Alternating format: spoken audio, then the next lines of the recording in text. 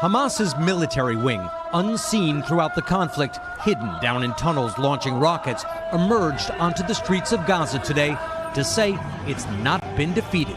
Gazans looked on, overwhelmingly supportive, some very young. Hamas is seeing a wave of popularity after this latest round of violence, presenting itself as the sole defenders of the Palestinian people, the only ones willing and able to stand up to Israel. Israel's bombing campaign was designed to set back Hamas's military capacity. It did that. But Israel also hoped Palestinians would turn against Hamas. That didn't work. Gaza is cut off by Israel. The 2 million people here call it a prison. The isolation and hopelessness have created deep anger. In a coffee shop, I spoke to 3 young women. What about the rockets? People in Israel say, oh, they're firing rockets on us. We have no choice but to defend ourselves. Resistance. We're the ones who are defending ourselves. Across the border in Israel, they see Hamas rocket fire as unprovoked terrorism against Israeli civilians.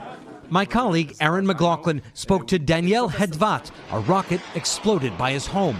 The whole house shook, and we heard a huge noise. I heard rings in my ears for about an hour after that. Many Israelis wanted the military campaign to continue. I'm against the ceasefire with Gaza. I think we should continue the fighting until Hamas will collapse totally. The next round of fighting could be sparked by tensions in Jerusalem. There were more violent clashes there today as Palestinians protested against evictions from the disputed Holy City.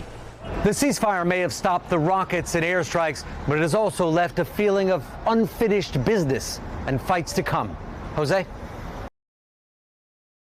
Thanks for watching our YouTube channel. Follow today's top stories and breaking news by downloading the NBC News app.